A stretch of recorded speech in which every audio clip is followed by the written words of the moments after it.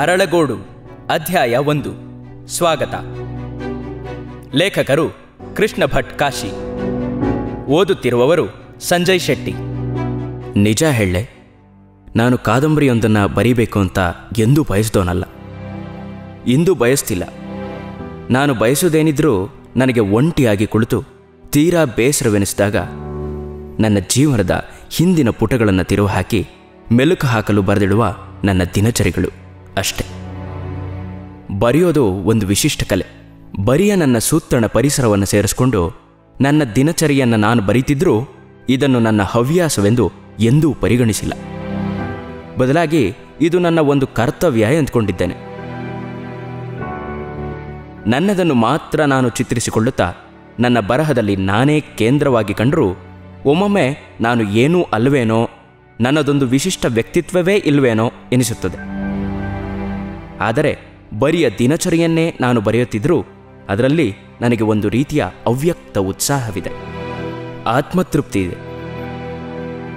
ನನ್ನಂತಹ ಒಬ್ಬ ಸಾಮಾನ್ಯನಿಗೆ ನನ್ನ ಬರಹದಲ್ಲಿ ಇಷ್ಟೊಂದು ತೃಪ್ತಿ ಸಿಕ್ತಿದ ಮೇಲೆ ಪರ್ವ, ವಂಶವೃಕ್ಷದಂತಹ ಪುಸ್ತಕಗಳನ್ನು ಬರೆದು ಜನಮನ ಗೆದ್ದ ಭೈರಪ್ಪನಂತವರಿಗೆ, ಸಂಸ್ಕಾರ ಬರೆದು ಕೀರ್ತಿ ಮೆರೆದ ಅನಂತಮೂರ್ತಿಯವರಿಗೆ ಹಾಗೂ ಇನ್ನೂ ಮುಂತಾದವರಿಗೆ ತಮ್ಮ ಕೃತಿಗಳಲ್ಲಿ ಅದೆಷ್ಟು ಆತ್ಮತೃಪ್ತಿ ದೊರೆಯುತ್ತದೆಯೋ, ಅವರ ಮನವೆಷ್ಟು ಹರ್ಷ ಪುಳಕಿತವಾಗುತ್ತದೆಯೋ ಎಣಿಸಿಕೊಂಡರೆ ನನ್ನ ತೃಪ್ತಿ ಅತಿಶಯೋಕ್ತಿಯೇ ಆಗುತ್ತದೆ.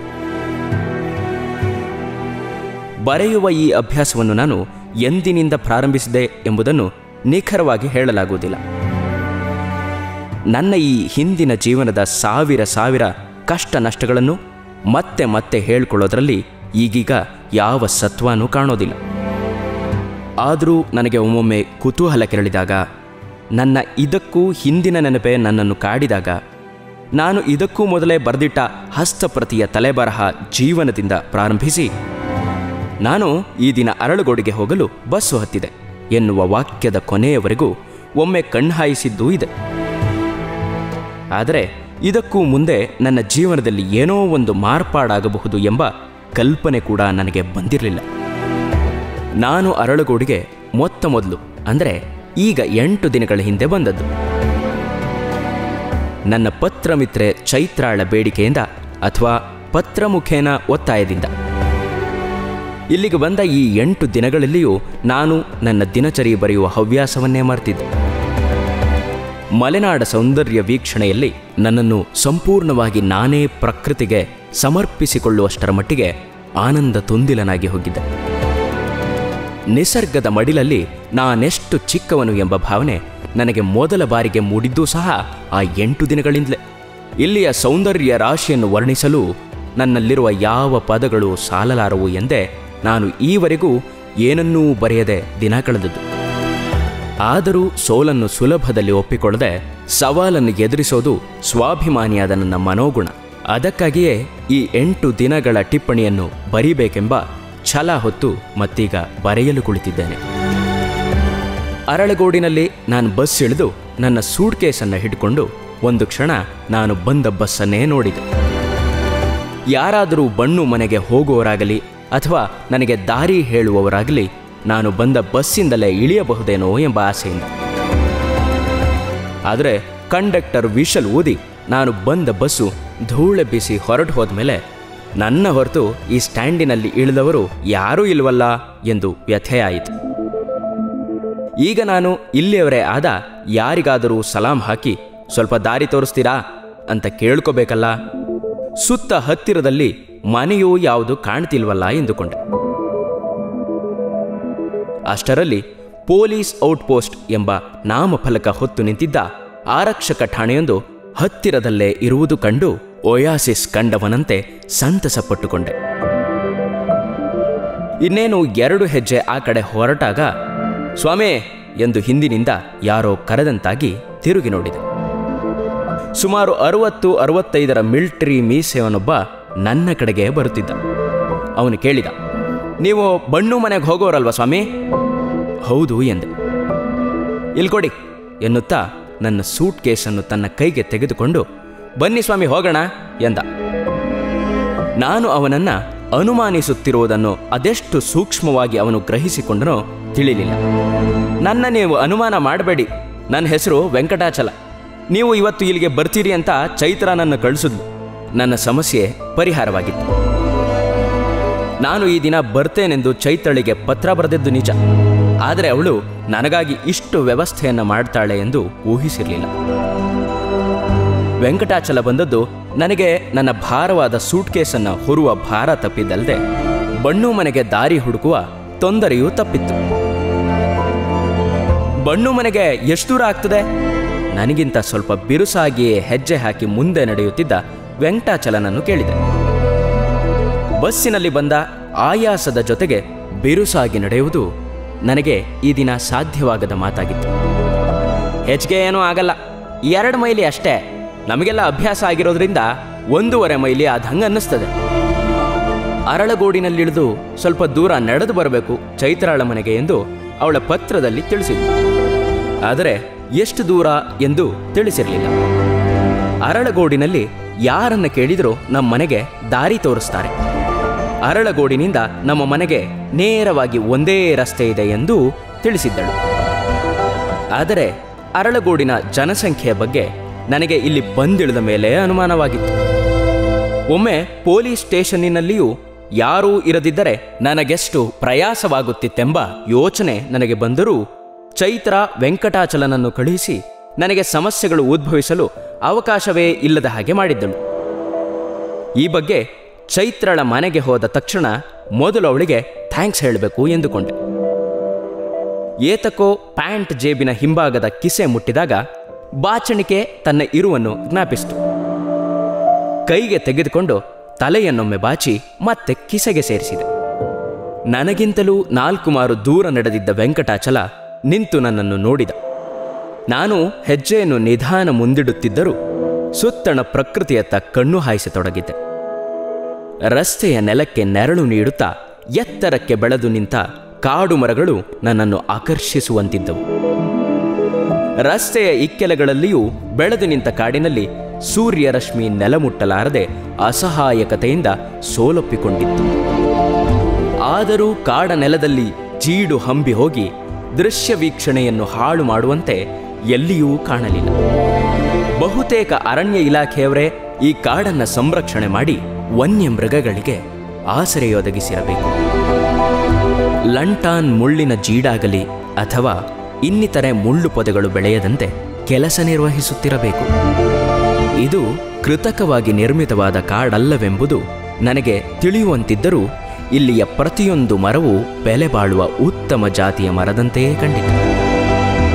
ಹಾಗಾದರೆ ಮಲೆನಾಡಿನ ಸೌಂದರ್ಯ ಖನಿಯಲ್ಲಿ ಸಂಪತ್ತು ತುಂಬಿರುವುದೂ ಸಹಜ ನಿಜವೆನ್ನುವುದು ನಾನು ಈಗ ಆಶ್ಚರ್ಯಪಡಬೇಕಾದ ವಿಷಯವೇ ಆಗಿರಲಿಲ್ಲ. ಆದರೂ ಸಂಶಯ ನಿವಾರಣೆಗೆ ವೆಂಕಟಾಚಲನನ್ನು ಕೇಳೋಣ ಎಂದುಕೊಳ್ಳುತ್ತಿದ್ದಂತೆ ಅವನು ನನ್ನ ಬರವನ್ನೇ ನಿರೀಕ್ಷಿಸಿ 4 ಮಾರು ದೂರದಲ್ಲಿ ನಿಂತಿರುವುದು ಕಂಡು 2 ಹೆಜ್ಜೆ ಬಿರುಸಾಗಿ ಹಾಕುತ್ತಾ ಕೇಳಿದೆ. ಅಲ್ಲ ವೆಂಕಟಾಚಲ, ಇಲ್ಲಿ ಇಷ್ಟೊಂದು ಚಂದವಾದ ಮರಗಳಿವೆಲ್ಲ, ಇವೆಲ್ಲ ಉತ್ತಮ ಜಾತಿಯ ಮರಗಳೋ ಅಥವಾ ಕಾಡು ನಿರುಪಯೋಗಿ ಮರಗಳೋ? ನನ್ನ ಪ್ರಶ್ನೆ ಅವನಿಗೆ ನಗು ತರಿಸಿರಬೇಕು. ಬಾಯಲ್ಲಿರುವ ತಂಬಾಕಿನ ಎಲೆ ಅಡಿಕೆಯನ್ನು ಒಮ್ಮೆ ಪಿಚಕ್ಕನೆ ನೆಲಕ್ಕೆ ಉಗುಳಿ ಹೇಳಿದ. ಅಲ್ಲ ಸ್ವಾಮಿ, ಇಲ್ಲಿರುವ ಯಾವ ಮರವೂ ಉಪಯೋಗಕ್ಕೆ ಬಾರದ್ದಲ್ಲ, ಎಲ್ಲವೂ ಉಪಯೋಗಕ್ಕೆ ಬರುವಂಥದ್ದೇ. ಈಗ ಅಲ್ಲಿ ನೋಡಿ, ಬಿಳಿ ಬಣ್ಣದ ತೊಗಟೆಯ ಮರಗಳಿವೆಯಲ್ಲ, ಸಣ್ಣ ಗಾತ್ರದ ಎಲೆಗಳನ್ನು ಹೊಂದಿದವು, ಅವು ನಂದಿ ಮರಗಳು. ಅದನ್ನು ಮನೆ ಕಟ್ಟುವಲ್ಲಿ ಮುಚ್ಚಿಗೆಯ ಹಲಗೆಗಳಾಗಿ, ಬಾಗಿಲು ಹಲಗೆಗಳಾಗಿ ಮತ್ತು ಮೇಲ್ಛಾವಣಿಗೆ ಬಳಸುತ್ತಾರೆ. ಅದಕ್ಕೀಗ ಒಳ್ಳೆ ಧಾರಣೆ ಇದೆ. ನನ್ನ ಕುತೂಹಲ ಧಾರಣೆಯ ಬಗೆಗಾಗಿ ಅಲ್ಲ, ಆದರೆ ಆ ಮರಕ್ಕೆ ಇರುವ ಹೆಸರಿನ ಕುರಿತಾಗಿ ಕೇಳಿದೆ. ಇಲ್ಲಿಯ ಒಂದು ನಂಬಿಕೆಯನ್ನ ಅದು ಹೇಳ್ತದೆ. ಅದನ್ನೇ ನಾವು ಆ ಮರದ ಆ ಹೆಸರಿಗೆ ಕಾರಣ ಅಂತ ಇಟ್ಕೊಂಡ್ರೂ ಪರವಾಗಿಲ್ಲ. ಎತ್ತಿನ ಬೆನ್ನಿಗೆ ಹೊಡೆದರೆ ಆ ಮರಗಳು ನೋವಿನಿಂದ ತಮ್ಮ ತೊಗಟೆಯನ್ನು ಬಿಡುತ್ತವೆ ಎಂಬ ನಂಬಿಕೆ ಇದೆ. ಎತ್ತು ಎಂದರೆ ನಂದಿ ಅಲ್ವೇ, ಅದಕ್ಕೆ ಆ ಹೆಸರು ಬಂದಿರಬೇಕು. ನೋಡಿ ಆ ಮರಗಳ ತೊಗಟೆ ಹೇಗೆ ಬಿಟ್ಕೊಂಡಿದೆ ಅಂತ. ನೋಡಿದೆ, ಮರದ ತೊಗಟೆಗಳು ಬಿಚ್ಚಿಕೊಂಡದ್ದು ನಿಜ, ಆದರೆ ಎತ್ತಿನ ಬೆನ್ನಿಗೆ ಹೊಡೆದದ್ದು ಈ ಮರಕ್ಕೆ ನೋವಾಗುವುದು ಹೇಗೆ? ಇದು ಬಹುತೇಕ ವೆಂಕಟಾಚಲನೆ ಹೇಳಿದ ಹಾಗೆ ಇಲ್ಲಿಯ ನಂಬಿಕೆಯೊಂದನ್ನು ಅಥವಾ ಮೂಕಪ್ರಾಣಿಯಾದ ಎತ್ತಿನ ಮೇಲೆ ಇರುವ ದಯೆಯನ್ನು ಪ್ರತಿಬಿಂಬಿಸುವುದಕ್ಕಷ್ಟೇ ಆಗಿರಬೇಕು. ಅದೇನೇ ಇದ್ದರೂ ಬಿಳಿಯ ಬಣ್ಣದ ಸೌಂದರ್ಯ ತುಂಬಿದ ತೊಗಟೆಗಳಿಂದ ಕೂಡಿ ಬೆಳೆದ ಮರ ಬೆಲೆ ಬಾಳೋದಂತೂ ನಿಜ. ಒಂದು ಮರ ಅಲ್ಲ, ನನ್ನ ಕಣ್ಣಿಗೆ ಕಾಣುವ ಹಾಗೆ 100 ಮರಗಳು ಅದೇ ತರಹದ ಬಿಳಿಯ ತೊಗಟೆಯ ಮರಗಳೇ ಇರುವಾಗ ಕಾಡಿನಲ್ಲಿರುವ ಒಟ್ಟು ಮರಗಳ ಅಥವಾ ಈ ಕಾಡಿನಲ್ಲಿಯ ಎಲ್ಲ ಮರಗಳ ಪೂರ್ಣ ಮೌಲ್ಯವನ್ನು ನನ್ನಿಂದ ಅಳೆಯಲು ಸಾಧ್ಯವಾಗಲಿಲ್ಲ. ಇದೊಂದು ಜಾತಿಯ ಮರಗಳೇ ಇಷ್ಟೊಂದು ಸಂಖ್ಯೆಯಲ್ಲಿರುವಾಗ ಇನ್ನುಳಿದವು ಎಷ್ಟಿರಲಿಕ್ಕಿಲ್ಲ. ಇಂತಹ ಸಾವಿರ ಮರಗಳನ್ನೇ ತುಂಬಿಕೊಂಡ ಕಾಡಿನಲ್ಲಿ ಸೌಂದರ್ಯದೊಂದಿಗೆ ಅದೆಷ್ಟು ನಿಗೂಢ ಸಂಪತ್ತು ಅಡಗಿಲ್ಲ. ಕಾಡುಗಳನ್ನೇ ತನ್ನೊಡಲಲ್ಲಿ ತುಂಬಿಕೊಂಡ ಮಲೆನಾಡಿನ ಸೌಂದರ್ಯದ ಹಿಂದೆ ಅದೆಷ್ಟು ಸಂಪತ್ತು ಅಡಕವಾಗಿದೆ ಎಂಬುದು ನನ್ನ ಅಂದಾಜಿಗೆ ನಿಲುಕದ ಲೆಕ್ಕವಾಗಿದೆ. ವೆಂಕಟಾಚಲ ನನಗೆ ಗೈಡ್ ಮಾಡುತ್ತಾ ಮುಂದುವರೆಸಿ ಬೀಟೆ, ಹೊನ್ನೆ, ಮತ್ತಿ, ಹುನಾಲು ಮುಂತಾದ ಮರಗಳ ಬಗ್ಗೆ, ಅವುಗಳ ಉಪಯೋಗದ ಬಗ್ಗೆ ತಿಳಿಸಿದನು. ಮಧ್ಯೆ ಒಂದು ಮರವನ್ನು ತೋರಿಸಿ, ಇದು ನಿಮಗೆ ಗೊತ್ತಿರ್ಬೋದಲ್ವಾ ಸ್ವಾಮಿ ಅಂದ. ಈಗ ನನಗೆ ನಗು ಬರುವುದೊಂದು ಬಾಕಿ ಉಳಿದಿತ್ತು. ದಿನವೂ ಬರಿಯ ಜಾಲಿ ಮರಗಳನ್ನು ಮಾತ್ರ ನೋಡಿ ತಿಳಿದ ನನಗೆ ಇಲ್ಲಿಯ ಮರಗಳ ವಿಚಾರ, ಅವುಗಳ ಜಾತಿ ಗೊತ್ತಿರುವುದು ಹೇಗೆ? ಇಲ್ಲ, ನಮ್ಮ ಕಡೆಗಳಲ್ಲಿ ಜಾಲಿ ಮರವೊಂದನ್ನು ಬಿಟ್ಟರೆ ಮತ್ಯಾವ ಮರಗಳು ಬೆಳೆಯೋಲ್ಲ. ಹಾಗಾಗಿ ನನಗೆ ಯಾವ ಮರಗಳ ಜಾತಿಯೂ ಪರಿಚಯವಿಲ್ಲ ಎಂದೆ. ಓಹೋ, ಹೌದಾ? ಇದಕ್ಕೆ ಹಲಸಿನ ಮರ ಅಂತಾರೆ. ಇದರ ಹಣ್ಣು ತಿನ್ನೋದಕ್ಕೆ ಚೆನ್ನಾಗಿರುತ್ತೆ ಎಂದ. ಮಾತನಾಡುತ್ತಾ ನಾವು ಕಾಡಿನ ಅಂಚಿಗೆ ಬಂದಿದ್ದೆವು. ಆಗ ಸೂರ್ಯನ ಇರುವು ಅಲ್ಪ ಸ್ವಲ್ಪವಾಗಿ ಗೋಚರವಾಗುತ್ತಿತ್ತು. ರಸ್ತೆಯ ಎಡಭಾಗಕ್ಕೆ ಸಣ್ಣ ಎಲೆಯ ಮರವೊಂದು ಚಿಗುರಿನಿಂದ ತುಂಬಿ ನೋಡಲು ಚಂದವಾಗಿ ಕಾಣುತ್ತಿತ್ತು. ಎತ್ತರ ತಲೆಯನ್ನು ಪೂರ್ಣ ಹಿಂದೆ ಬಗ್ಗಿಸಿ ನೋಡುವಷ್ಟು ಅದೆಂತಹ ಮರವಿರಬಹುದು ಎಂದು ಕುತೂಹಲ ನನಗೆ ಹೇಗೆ ಬಂತೋ ತಿಳಿಯಲಿಲ್ಲ. ಅದನ್ನು ತಿಳಿದುಕೊಳ್ಳುವುದಕ್ಕಾಗಿ, ಆ ಮರದ ಪರಿಚಯಕ್ಕಾಗಿ ನಾನು ಮತ್ತೆ ವೆಂಕಟಾಚಲನ ಮೊರೆ ಹೋಗಬೇಕಾಯಿತು. ಇದು ಗೊತ್ತಿಲ್ಲವಾ ಸ್ವಾಮಿ? ಶ್ರೀಗಂಧ, ಗಂಧ ಎಂದ. ನನಗೆ ಆಶ್ಚರ್ಯವಾಯಿತು. ಇಷ್ಟು ದೊಡ್ಡ ಗಂಧದ ಮರ! ಅಬ್ಬಾ! ಇತರೆ ಮರಗಳ ಮೌಲ್ಯವನ್ನೇ ಎಣಿಕೆ ಹಾಕಲಾರದವನಿಗೆ ಲಕ್ಷಾಂತರ ರೂಪಾಯಿ ಬೆಲೆ ಬಾಳುವ ಗಂಧದ ಮರದ ಮೌಲ್ಯ ಅಳೆಯಲಾದೀತೆ? ನನ್ನಿಂದ ಅದು ಸಾಧ್ಯವಾಗದಿದ್ದರೂ ಮಲೆನಾಡ ನೆಲದ ಅಡಿಯಲ್ಲಿ, ಮಲೆನಾಡಿನ ಮಡಿಲ ಕಣದಲ್ಲಿ, ರಸ್ತೆಯ ಇಕ್ಕೆಲೆಗಳಲ್ಲಿ ತುಂಬಿದ ಬಟಾಬಯಲಿನಲ್ಲಿ ತೆರೆದಿಟ್ಟ ಸಂಪತ್ತನ್ನು ಕಂಡು ಹಿಂದಿನ ರಾಜಮಹಾರಾಜರ ಕಾಲದ ಸುವರ್ಣಯುಗ ಇನ್ನೂ ಇರುವುದು ಖಾತ್ರಿಯಾಯಿತು. ಇಷ್ಟೊಂದು ಸಂಪತ್ತಿದ್ದರೂ ಇದಕ್ಕೆ ಸರ್ಕಾರದ ಭದ್ರ ಕಾವಲು ಇಲ್ಲವಲ್ಲ ಎಂದು ನನ್ನಲ್ಲಿ ನಾನೇ ವ್ಯಥೆಪಟ್ಟುಕೊಂಡೆ. ಈಗ ನಾವು ಹೋಗುತ್ತಿರುವ ರಸ್ತೆಯ ಮೇಲೆ ಚೆನ್ನಾಗಿ ಬಿಸಿಲು ಬೀಳುತ್ತಿತ್ತು. ಆದರೂ ನನಗೆ ಇಲ್ಲಿ ಹೆಚ್ಚು ಸೆಕೆ ಅನ್ನಿಸಲಿಲ್ಲ. ರಸ್ತೆಯ ಅಕ್ಕಪಕ್ಕದಲ್ಲಿ ಈಗ ಕಾಡು ಮರಗಳಷ್ಟೇ ಕಾಣುತ್ತಿದ್ದುದರ ಬದಲು ದೊಡ್ಡ ಪರ್ವತಗಳು, ಗುಡ್ಡಗಳು ಕಾಣಿಸುತ್ತಿದ್ದವು. ನಾವು ಹೋಗುತ್ತಿರುವ ರಸ್ತೆಯು ಗುಡ್ಡದ ತಪ್ಪಲು ಪ್ರದೇಶವಾಗಿತ್ತು. ಮಣ್ಣೂ ಸಹ ಸಾಕಷ್ಟು ಫಲವತ್ತಾಗಿಯೇ ಇದೆ ಎಂಬುದಕ್ಕೆ ಬೃಹದಾಕಾರವಾಗಿ ಬೆಳೆದು ನಿಂತಿದ್ದ ಪೊದೆಗಳು ಸಾಕ್ಷಿಯಾಗಿದ್ದವು. ಅವುಗಳಲ್ಲಿ ಒಂದು ಪೊದೆ ಬಾಗಿ ನಿಂತಿತ್ತು. ಬುಡವನ್ನು ಯಾರೋ ಕತ್ತರಿಸಿ ಹಾಕಿ ಅದರ ಆಯಸ್ಸನ್ನು ಪೂರ್ಣಗೊಳಿಸಿ ಬಿಟ್ಟಿದ್ದರು. ಅದನ್ನು ನೋಡಿದಾಗ ಹಿಂದೊಮ್ಮೆ ನಾನು ಸಣ್ಣವನಿದ್ದಾಗ ಯಾವುದೋ ಪೇಪರ್ ಮಿಲ್ಲಿಗೆ ಹೋದಾಗ ಇದನ್ನು ನೋಡಿದ್ದು ನೆನಪಾಯಿತು. ಇದನ್ನು ಪೇಪರ್ ಮಾಡ್ತಾರೆ ಅಲ್ವಾ ಎಂದೆ. ಅದು ನನಗೆ ಖಾತ್ರಿಯಾಗಿಯೇ ತಿಳಿದಿತ್ತು. ಆದರೆ ಅದಕ್ಕೆ ಹೆಸರು ಏನೆಂಬುದು ನೆನಪಿಗೆ ಬಂದಿರಲಿಲ್ಲ. ಅದನ್ನು ತಿಳಿದುಕೊಳ್ಳುವುದಕ್ಕಾಗಿಯೇ ನಾನು ಹಾಗೆ ಕೇಳಿದ್ದು. ಹೌದು, ಇದರಿಂದ ಪೇಪರ್ ಮಾಡ್ತಾರೆ. ಬಿದಿರು ಇದರ ಹೆಸರು. ನೋಡೋದಕ್ಕೆ ಒಳ್ಳೆ ಚಂದವಾಗಿದೆ ಅಲ್ವಾ ಸ್ವಾಮಿ? ಹೌದು, ತುಂಬ ಚೆನ್ನಾಗಿದೆ ಎನ್ನುತ್ತಾ ಬಿದಿರ ಪೊದೆಗಳನ್ನೇ ನೋಡುತ್ತಾ ನಿಂತೆ.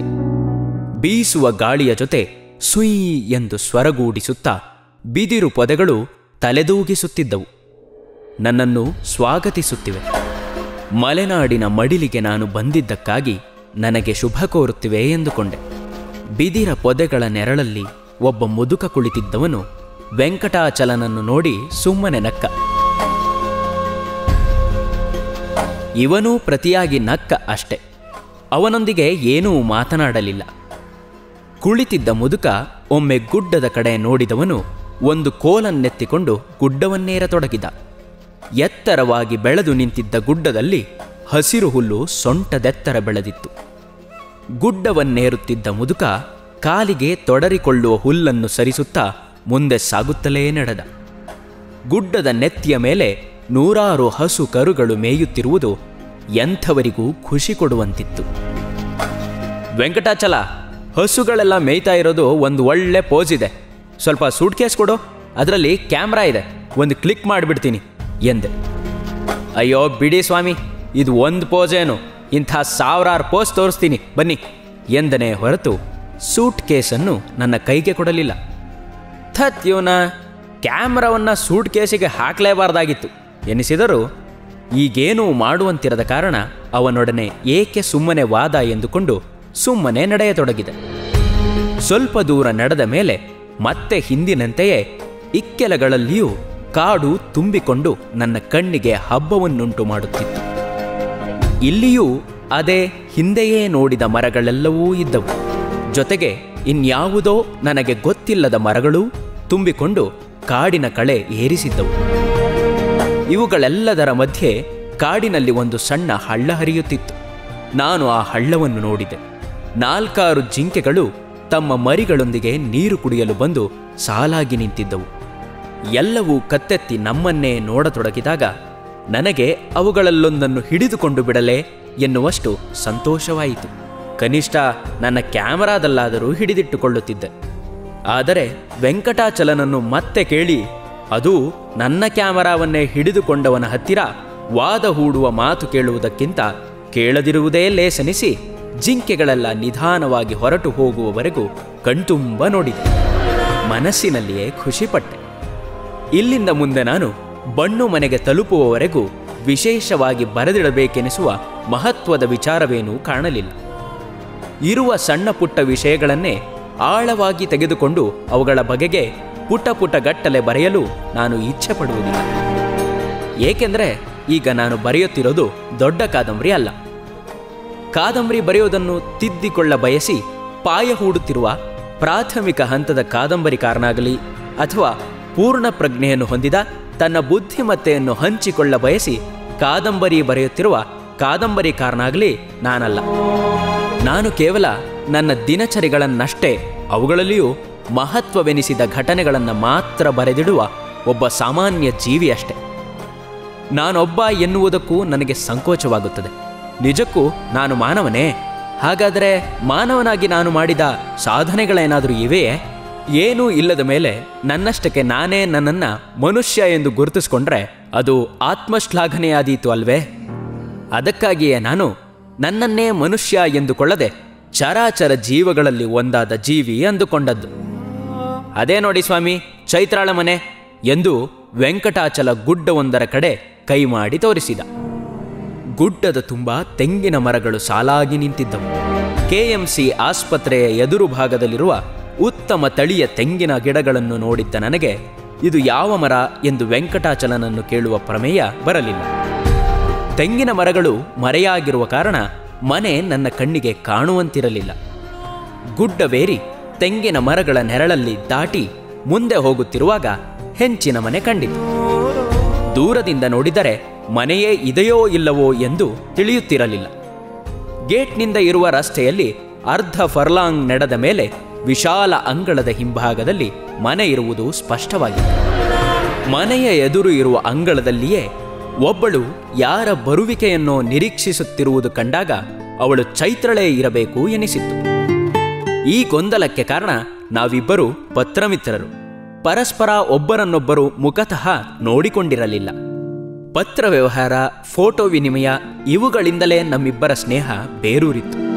ಅದಕ್ಕಾಗಿಯೇ ನಾನೂ ಸಹ ಅಲ್ಲಿ ನಿಂತವಳು ಚೈತ್ರಳೇ ಇರಬೇಕೆಂದು ಶಂಕಿಸಿದೆ. ಅವಳು ಚೈತ್ರಳೇ ಆಗಿದ್ದರೆ ನನ್ನಂತೆಯೇ ಅವಳು ಶಂಕಿಸುತ್ತಿರಲಾರಳು.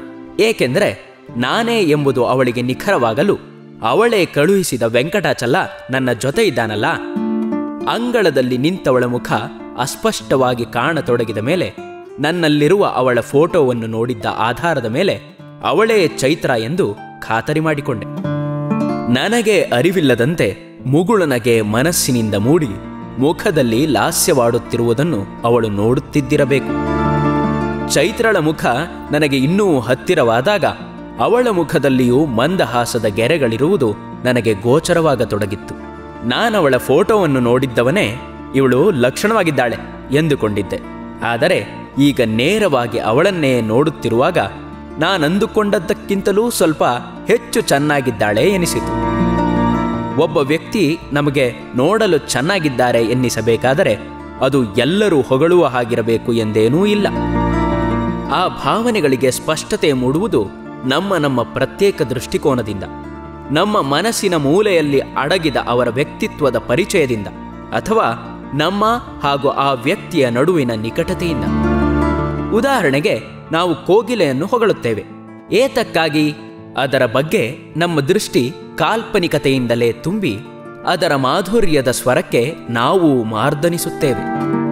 ನಮಗೆ ಹಿಡಿಸಿದ ವಸ್ತು ಹೇಗಿದ್ದರೂ ಚಂದ ಅಲ್ಲವೇ? ಅದೇ ಕಾಗೆ ತನ್ನ ಮರಿಗಳ ಜೊತೆಯಲ್ಲಿರುವ ಕೋಗಿಲೆಯ ಮರಿಯನ್ನು ಭೇದವೆಣಿಸದೆ ಮುಗ್ಧತೆಯಿಂದ ಸಲಹುತ್ತದೆ. ಆದರೂ ಪರಪುಟ್ಟ ಕೋಗಿಲೆಗಿಂತ ನಮ್ಮ ದೃಷ್ಟಿಯಲ್ಲಿ ಕಾಗೆ ಕೀಳು.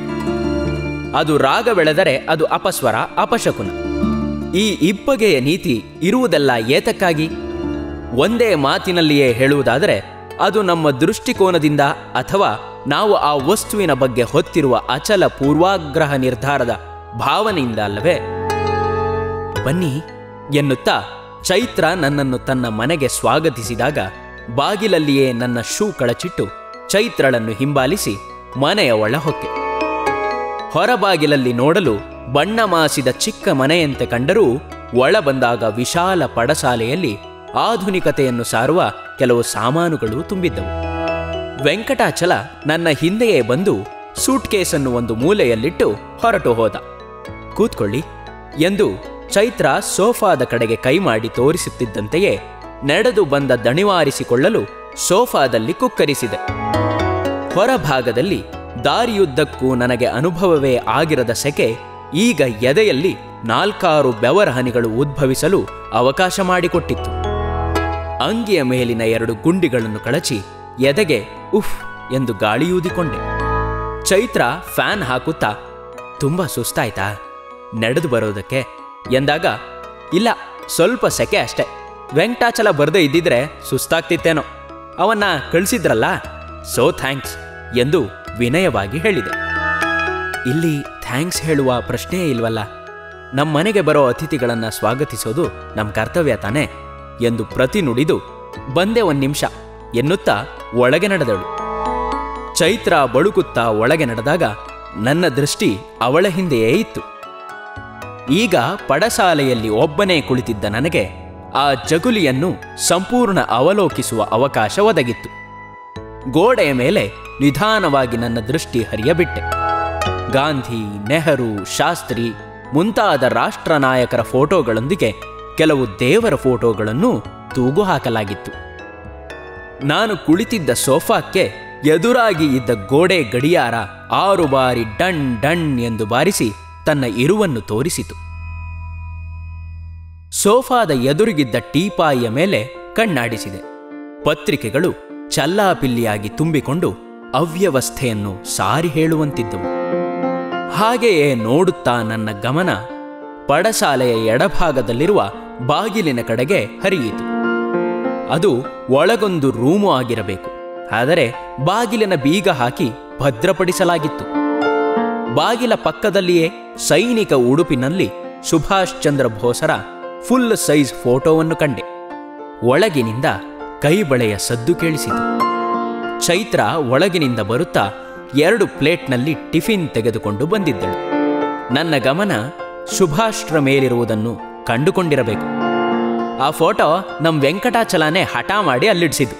ಆ ಫೋಟೋ ನೋಡಿದ್ರೆ ಒಳ್ಳೆ ಉತ್ಸಾಹ ಬರುತ್ತೆ ಅಲ್ವಾ ಎಂದು ಕೇಳಿದಳು.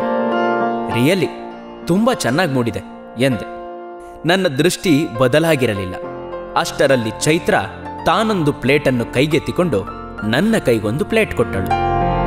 ಈ ಮನೆಗೆ ಮತ್ತು ಚೈತ್ರಳಿಗೆ ಎಂದಿನಿಂದಲೋ ಪರಿಚಯವಿರುವವನ ಹಾಗೆ ಮಧ್ಯಾಹ್ನ ಬರುವಾಗ ಕಾರ್ಗಲ್ನಲ್ಲಿ ತಿಂದಿದ್ದೆಲ್ಲ ಕರಗಿ ಹೋದದ್ದರಿಂದ ಚೈತ್ರ ಕೊಟ್ಟಿದ್ದನ್ನೆಲ್ಲ ಗಪಗಪನೆ ತಿಂದೆ.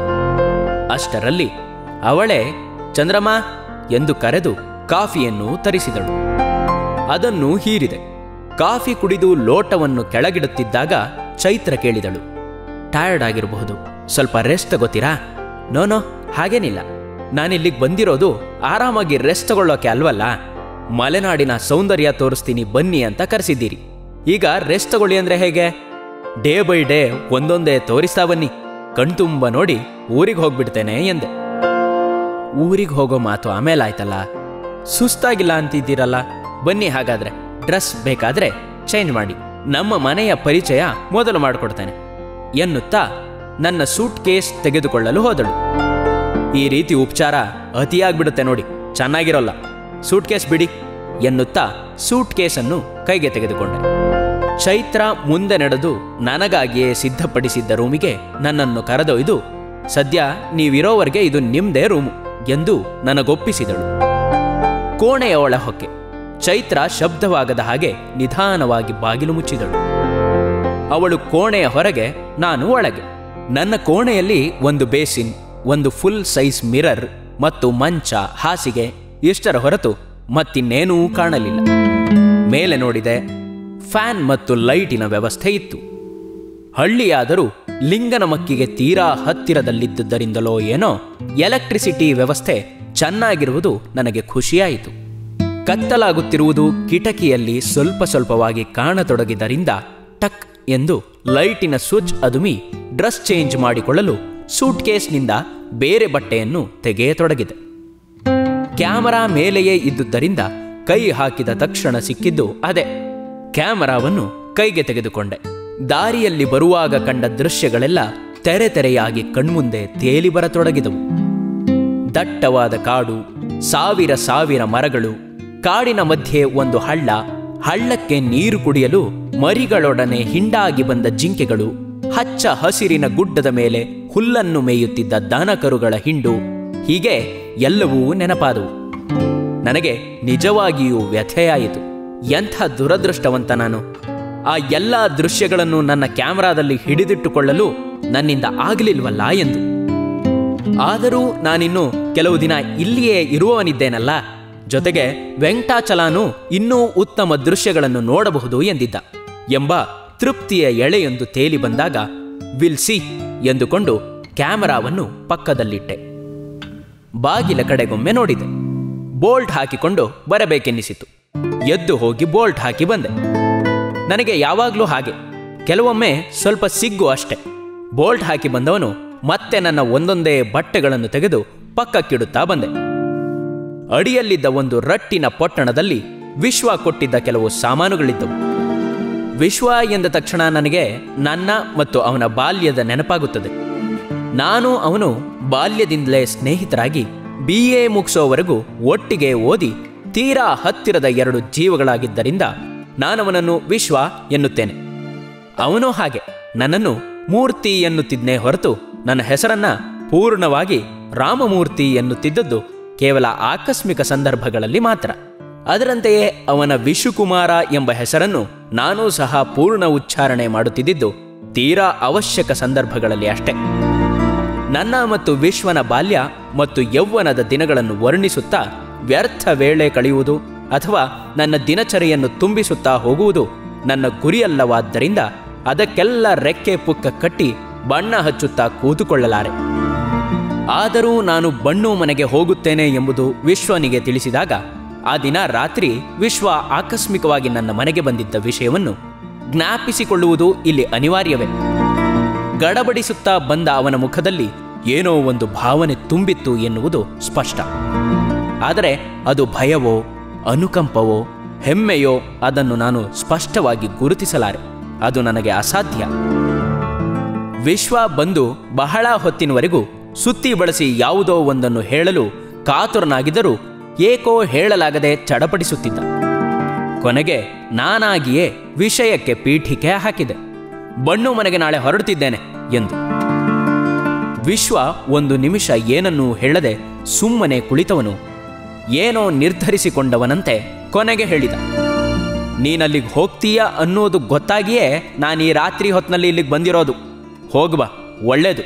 ಬಟ್ ಹೋಗೋದಕ್ಕೆ ಮುಂಚೆ ದಯವಿಟ್ಟು ನನ್ನ ಒಂದು ವಿನಂತಿ. ಅರೆ, ಫ್ರೆಂಡ್ ಅಂದಮೇಲೆ ವಿನಂತಿ ಅಂತ ಯಾಕೆ ಪೊಲಿಟಿಷಿಯನ್ ಹಾಕಿ ಕೇಳ್ತೀಯಯ್ಯ? ಅಲ್ಲ Murthy, you don't know what is the matter. ಇರಲಿ, ಇಲ್ಲಿ ನೋಡು ಎನ್ನುತ್ತಾ ಫೋಟೋ ಒಂದನ್ನು ತೋರಿಸಿದ. ರಾಮಚಂದ್ರ ರಾವ್ ಅಂತ ಇವರ ಹೆಸರು. ಬಣ್ಣು ಮನೆಯವರೇ, member, legislative assembly of Karnataka. ಸ್ವಲ್ಪ ಬಿಡಿಸ್ ಹೇಳೋ, ಅದು ಆಮೇಲೆ ನಿನಗೆ ಅರ್ಥ ಆಗುತ್ತೆ ಕಣೋ, ಆದರೆ ಹುಷಾರು ಎನ್ನುತ್ತಾ ಪ್ಯಾಂಟ್ ಜೇಬಿನಿಂದ ಕಾಗದದಲ್ಲಿ ಪ್ಯಾಕ್ ಒಂದನ್ನು ನನ್ನ ಕೈಗೆ ಕೊಡುತ್ತಾ ಹೇಳಿದ. ಅತ್ಯವಶ್ಯಕ ಸಂದರ್ಭ ಬಂದರೆ ಆವಾಗಿದ್ದನ್ನು ನೋಡು, ಅಲ್ಲಿವರೆಗೂ ದಯವಿಟ್ಟು ಓಪನ್ ಮಾಡಬೇಡ. ಅವನು ಕೊಟ್ಟಿದ್ದನ್ನು ತೆಗೆದುಕೊಂಡೆ. ಆದರೆ ಅವನು ಹೇಳುತ್ತಿರುವುದು ಏಕೆ, ಏನು ಎಂಬುದು ಅರ್ಥವಾಗಲೇ ಇಲ್ಲ. ಅವನನ್ನು ಕೇಳಿದರೂ ಅದಕ್ಕವನು ಸರಿಯಾಗಿ ಉತ್ತರಿಸದೆ ಹೋಗ್ಬಿಡ್ಬಾ ಎನ್ನುತ್ತಾ ನಿರಾಶೆ ಕವಿದಂತಹ ಮುಖ ಹೊತ್ತುಕೊಂಡು ಹೊರಟ. ಗುಡ್ ನೈಟ್ ಹೇಳಿದರೂ ಪ್ರತಿಕ್ರಿಯಿಸಲಿಲ್ಲ. ಅವನು ಇದಕ್ಕೂ ಮುಂಚೆಯೇ ನಾನು ಚೈತ್ರಳ ಜೊತೆ ಪೆನ್ ಪಾಲ್ಶಿಪ್ ಇಟ್ಟುಕೊಂಡಾಗಿನಿಂದಲೂ ಪ್ರಾರಂಭಿಸಿ ನಾನು ಬಣ್ಣು ಮನೆಗೆ ಹೋಗುವವನಿದ್ದೇನೆ ಎಂದು ತಿಳಿಯುವವರೆಗೂ ನನ್ನನ್ನು ಈ ವ್ಯವಹಾರದಲ್ಲಿ ವಿರೋಧಿಸುತ್ತಲೇ ಬಂದಿದ್ದ. ಇಲ್ಲಿ ನನ್ನ ಮತ್ತು ಅವನ ನಡುವಿನ ಪಕ್ವ ಸ್ನೇಹದಲ್ಲಿ ವಿರೋಧವೆಂದರೆ ವ್ಯಕ್ತಿ ವಿರೋಧವಲ್ಲ. ಅವನ ರೀತಿ ನೀತಿಗಳಲ್ಲಿ ನೋಡಿದರೆ ನಾನು ಇಲ್ಲಿಗೆ ಬರುವುದು ಒಂದು ವರ್ತುಲದಲ್ಲಿ ಸಿಕ್ಕಿ ಹಾಕಿಕೊಂಡ ಹಾಗೆ, ಹುಲಿ ಬೋನಿಗೆ ಬಿದ್ದ ಹಾಗೆ ಆಗಿರಬೇಕು. ಆದರೆ ನಾನೆಷ್ಟು ಕೇಳಿದರೂ ವಿಷಯ ಏನು ಎನ್ನುವುದನ್ನು ಅವನು ಹೇಳದೆ ನನ್ನ ಬಣ್ಣು ಮನೆಗೆ ಹೋಗುವ ನಿರ್ಧಾರ ಇನ್ನೂ ಅಚಲವಾಗುವಂತೆ ಮಾಡಿದ್ದ. ಕುತೂಹಲ ಹೊತ್ತುಕೊಂಡು ಇಲ್ಲಿಗೆ ಬಂದಿದ್ದೆ. ವಿಶ್ವನ ಈ ವರ್ತನೆಗೆ ಕಾರಣ ಏನು? ಟಕ್ ಟಕ್ ಎಂದು 2 ಬಾರಿ ಬಾಗಿಲು ಬಡಿದ ಶಬ್ದದ ಹಿಂದೆಯೇ ಇನ್ನೂ ಆಗಿಲ್ವಾ ಎಂಬ ಚೈತ್ರಳ ಸ್ವರವೂ ಕೇಳಿಸಿದಾಗ ನಾನು ರೂಮಿನೊಳಗೆ ಬಂದು ಅಷ್ಟು ಹೊತ್ತು ಆಗಿ ಹೋಯಿತೆ ಎಂದು ಅನಿವಾರ್ಯವಾಗಿ ವಾಸ್ತವಕ್ಕಿಳಿಯುವಂತಾಯಿತು.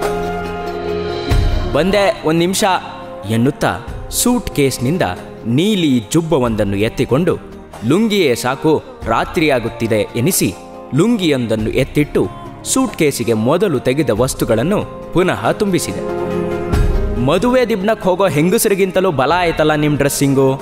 ನಗುವಿನೊಂದಿಗೆ ಬಂದ ಮಾತಿಗೆ ಉತ್ತರಿಸದೆ ಲುಂಗಿ ಸುತ್ತಿಕೊಂಡು ಜುಬ್ಬ ಹಾಕಿಕೊಂಡು ಇನ್ನೊಂದು ಮಾತಿನ ಅಸ್ತ್ರ ನನ್ನ ಮೇಲೆ ಪ್ರಯೋಗವಾಗುವ ಮುಂಚೆಯೇ ಹೊರಡಬೇಕೆಂದು ತಲೆ ಕೂದಲನ್ನು ಕೈಬೆರಳಿನಿಂದಲೇ ಬಾಚಿ ಬಾಗಿಲ ಬೋಲ್ಟ್ ತೆಗೆದು ಬಾಗಿಲು ತೆಗೆದಾಗ ಅಲ್ಲಿಯೇ ಪಕ್ಕದಲ್ಲಿಯೇ ಚೈತ್ರ ನನಗಾಗಿ ಕಾದು ನಿಂತಿದ್ದಳು. ರೆಡಿನಾ? ಓ ರೆಡಿ ಎಂದು ಅವಳನ್ನು ಹಿಂಬಾಲಿಸಿದೆ. ಈಗ ಅವಳು ನನಗೆ ತನ್ನ ಮನೆಯನ್ನು ಮತ್ತು ಮನೆಯಲ್ಲಿರುವ ಜನರನ್ನು ಪರಿಚಯಿಸಲಿದ್ದಾಳೆ. ಮನೆಯಲ್ಲಿ ಗದ್ದಲವೇನೂ ಹೆಚ್ಚಿಗೆ ಕೇಳಲಿಲ್ಲವಾದ್ದರಿಂದ ಚಿಕ್ಕ ಮಕ್ಕಳಾಗಲಿ ಹೆಂಗಸರಾಗಲಿ ಹೆಚ್ಚಿಗೆ ಇರಲಿಕ್ಕಿಲ್ಲ ಎನ್ನಿಸುತ್ತಿದ್ದಂತೆಯೇ ನಾವಿಬ್ಬರು ಹಜಾರಕ್ಕೆ ಬಂದಿದ್ದೆವು. ಹಜಾರವೆಂದರೆ ನಾನು ಬಂದಾಗ ಮೊದಲು ಸೋಫಾದ ಮೇಲೆ ಆಸೀನನಾಗಿದ್ದ ಜಾಗ. ಗೋಡೆಯ ಮೇಲೆ ಲಕ್ಷಣವಾಗಿಟ್ಟ ಫೋಟೋಗಳು, ಸೋಫಾ, ಗೋಡೆಯ ಗಡಿಯಾರ ಎಲ್ಲವೂ ಮೊದಲೇ ಕಂಡಿದ್ದ ವಸ್ತುಗಳು. ಮನೆಗೆ ಹೊಂದಿಕೆಯಾದ ಅಂಗಣದ ಹಲಗೆಗಳನ್ನಾಗಲಿ ಅಥವಾ ಅದಕ್ಕೆ ಆಧಾರವಾಗಿ ನಿಂತ ದಪ್ಪ ದಪ್ಪನೆಯ ತೊಲೆ, ಮುಂಡಿಗೆಗಳನ್ನಾಗಲಿ ವರ್ಣಿಸುತ್ತಾ ಕೂರುವುದು ವ್ಯರ್ಥ ತುರುಕಿದಂತಾದೀತು. ಇಲ್ಲಿ ಹಜಾರದಿಂದ 4 ದಿಕ್ಕಿಗೂ ಇರುವ ಬಾಗಿಲುಗಳಿಂದಲೂ 4 ದಿಕ್ಕಿಗೆ ಹೋಗಬಹುದಿತ್ತು. ಒಂದು ಹೊರ ಎದುರು ಭಾಗ, ಅದು ನಾನು ಮೊದಲಿಗೆ ಒಳಬಂದ ದಾರಿ. ಇನ್ನೊಂದರಿಂದ ನನ್ನ ಕೋಣೆಯ ಕಡೆಗೆ, ತಾತ್ಕಾಲಿಕವಾಗಿಯಾದರೂ ನನ್ನಿರುವಿನ ಸ್ಥಳ ನನ್ನದು ಎನ್ನುವುದು ಅನಿವಾರ್ಯವಾದ್ದರಿಂದ ಅದನ್ನು ನನ್ನ ಕೋಣೆ ಎನ್ನಬೇಕಾಯಿತು.